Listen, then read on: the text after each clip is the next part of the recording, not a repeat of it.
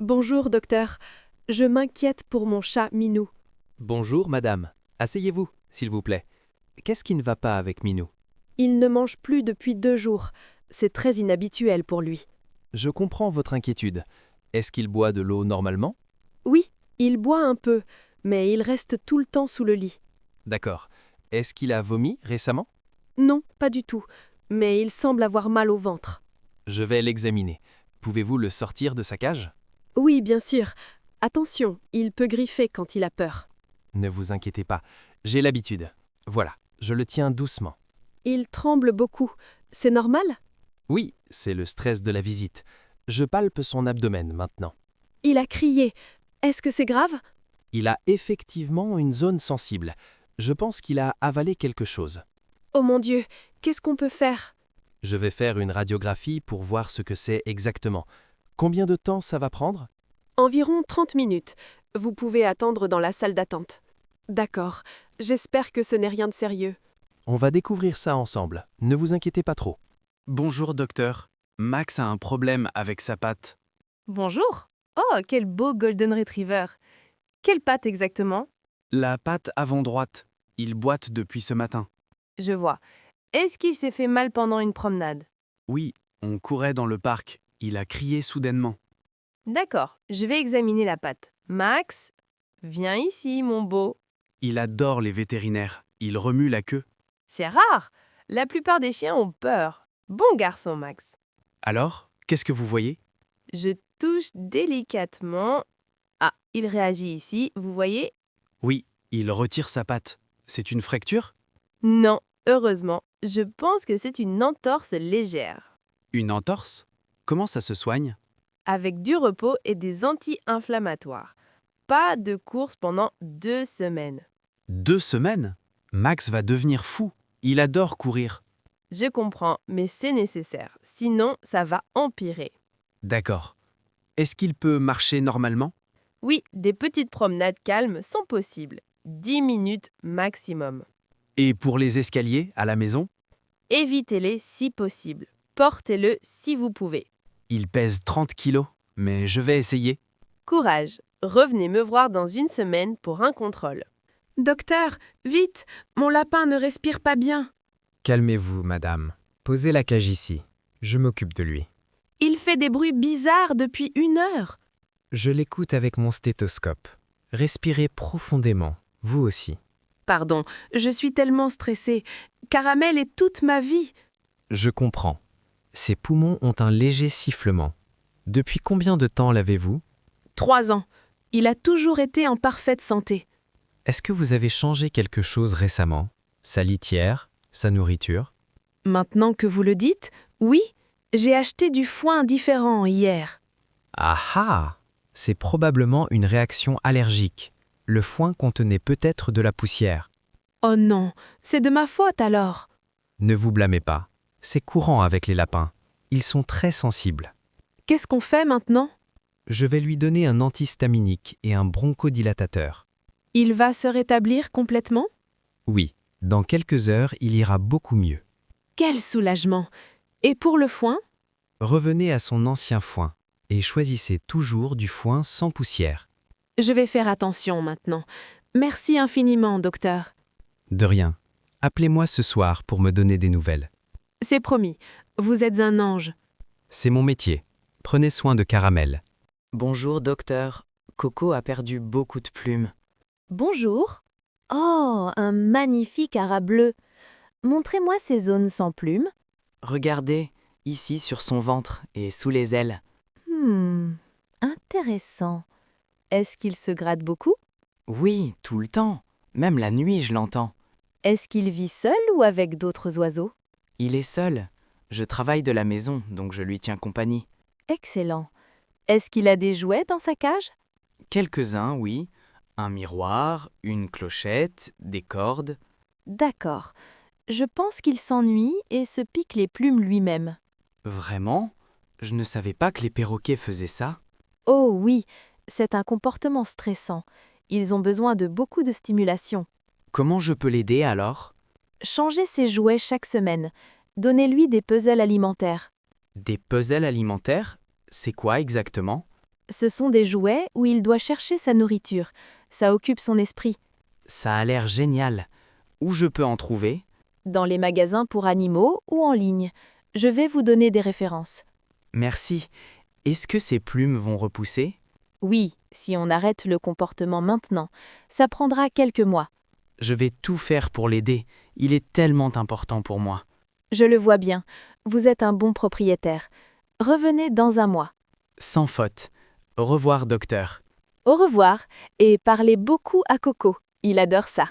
Docteur, Pompon a une grosse boule sur le côté. Bonjour madame. Une boule? Montrez-moi ça. Depuis quand l'avez-vous remarqué?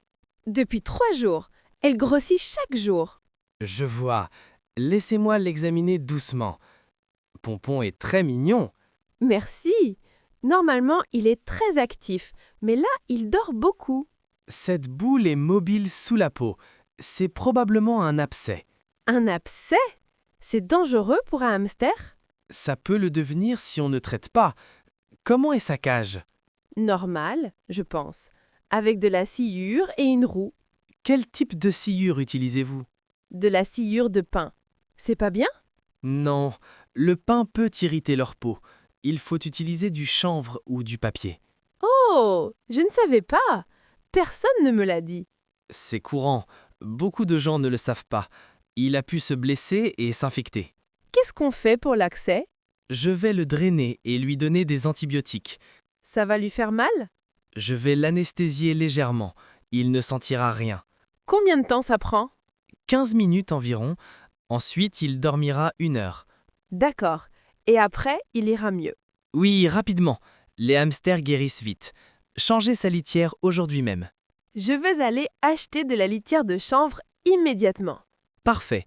Je commence la procédure. Attendez à la réception. Merci, docteur. Sauvez mon petit Pompon. Il est entre de bonnes mains. Ne vous inquiétez pas. Salut, docteur. Méduse refuse de manger depuis 3 semaines. Bonjour. Un python royal magnifique. 3 semaines, c'est beaucoup. Quelle est la température de son terrarium? Je ne suis pas sûr. Environ 25 degrés? 25? C'est trop froid. Les pythons ont besoin de 30 à 32 degrés. Vraiment? On m'a dit que 25, c'était bien. Non, absolument pas. Quand ils ont froid, leur métabolisme ralentit et ils ne mangent pas. Ah, c'est pour ça. Comment je peux corriger ça? Installez un tapis chauffant sous le terrarium et une lampe chauffante. D'accord. Est-ce qu'elle va recommencer à manger immédiatement? Non, ça prendra quelques jours. Son corps doit se réchauffer progressivement. Je comprends. Quelle taille de souris je lui donne? Des souriceaux pour l'instant. Elle a perdu du poids. Regardez. C'est vrai, elle est plus mince. J'avais pas remarqué.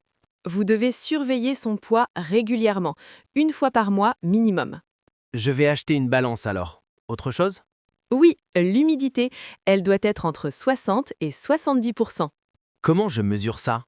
Avec un hygromètre, c'est indispensable pour les reptiles. D'accord, je vais m'équiper correctement. Méduve mérite le meilleur. Exactement. Venez me voir dans 2 semaines avec les nouveaux paramètres. Promis. Merci pour tous ces conseils précieux. De rien, les reptiles sont ma passion. À bientôt. Bonjour, docteur. Noisette a les dents qui poussent bizarrement. Bonjour. Ah oui, je vois. Ses incisives sont très longues. Elle mange bien? Moins qu'avant, elle laisse des légumes dans sa gamelle.